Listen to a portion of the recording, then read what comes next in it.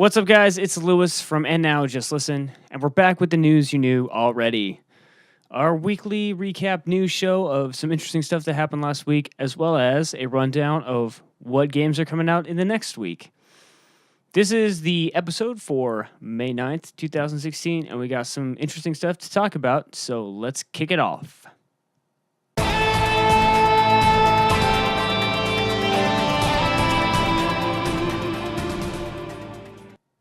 We got some more trademark drama this week between a small indie developer of one man developing a arena, weird, small shooter thing on Steam called Alien Wasteland, and In Exile, the developers of Wasteland 2. Wasteland 2 developers In Exile decided to issue a cease and desist to the developer of Alien Wasteland, asking him to change the name of his game or face further legal action, I suppose, because it infringed on their trademark of Wasteland. Now, I took a look at some of the U.S. government trademark rules, paperwork, and it's a really dense and tough document to get through, and it's quite long. But based on my brief readings through some of the rules and guidelines for filing a trademark, it seems like Wasteland is not that strong of a trademark, and the guy probably could have, made a case for himself in court, but he decided that since he didn't have the time or money to invest, he would just go ahead and accept fate and change the name. I also went into the In Exile forums and found a post, or several posts, from developers working on Wasteland 2, who said that despite what he's saying on his blog post, he wasn't necessarily super cooperative when they reached out to him to try to amicably resolve the situation.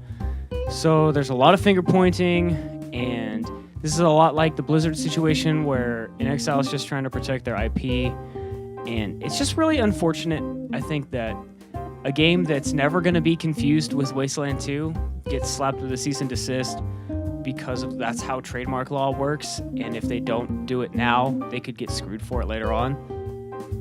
Because, it's just one guy working on this weird little game that's, like I said, it's never, if you look at the screenshots, you're never going to think that this is Wasteland 2, So, it's a tough situation. I don't really feel like anybody's in the wrong in this case, but it just kind of sucks for the guy who had to change his game name, and it's really unfortunate that trademark law works this way, I think. So yeah,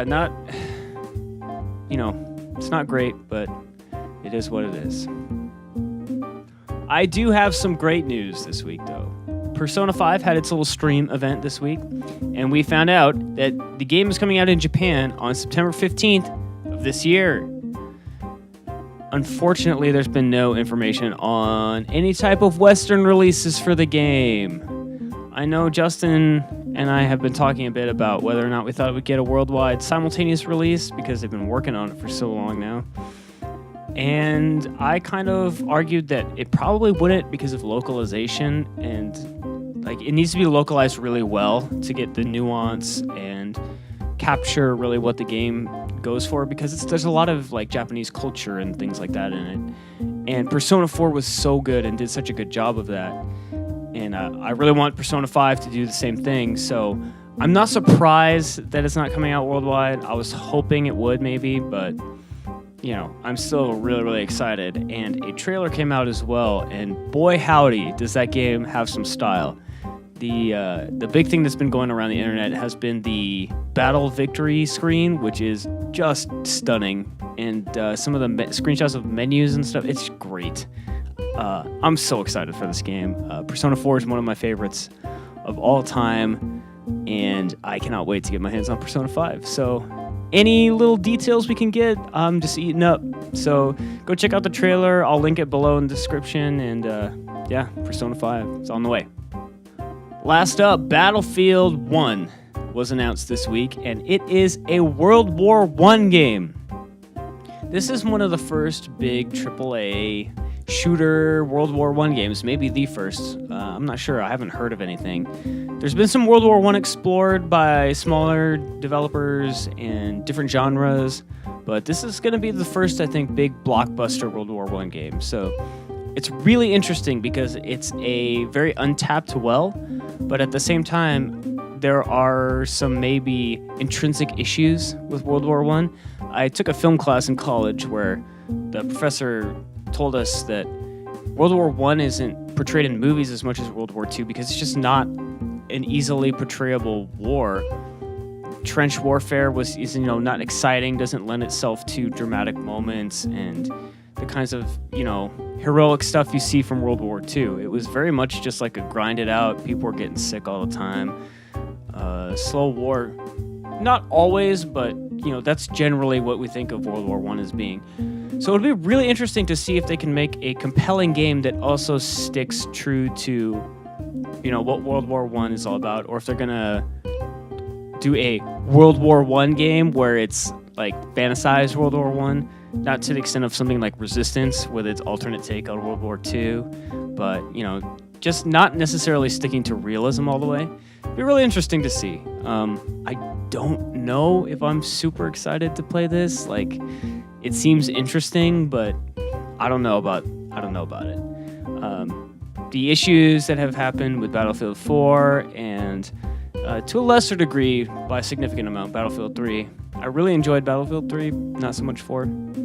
So I don't know.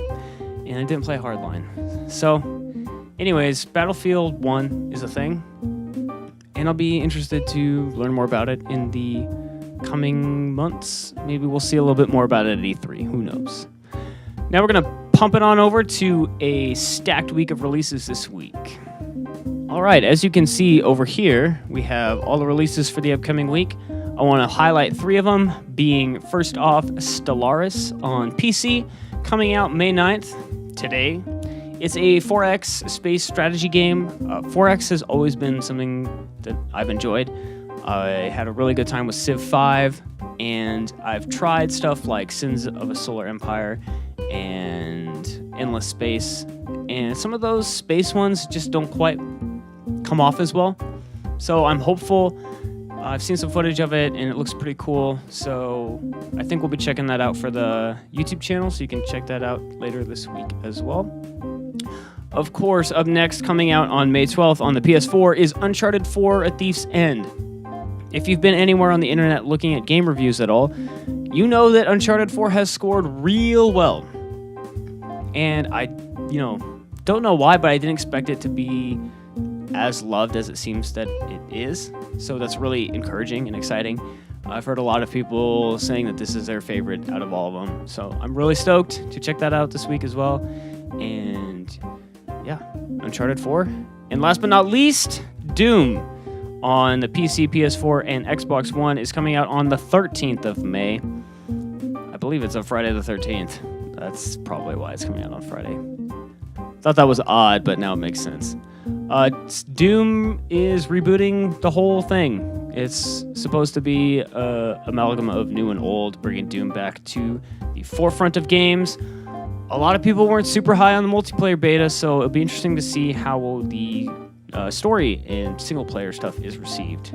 So keep an eye on that. I don't think any of us are going to be touching that game, but it'll be really interesting to see how it does. And that's going to do it for this week. Thanks so much, as always, for stopping by to check out the video. Really appreciate it. And let me know what you think about the new kind of way of doing things. We're going to try to spice it up a little bit. Just kind of like do exactly what I want and not try to do what I think needs to be done, if that makes sense. Just like, let's talk about some weird, interesting stuff sometimes, like the trademark stuff. I thought that was kind of interesting, and yeah. So, as always, you can get in touch with us on Twitter at ANJL Tweets, email us at andnowjustlisten@gmail.com. We have a blog and a podcast.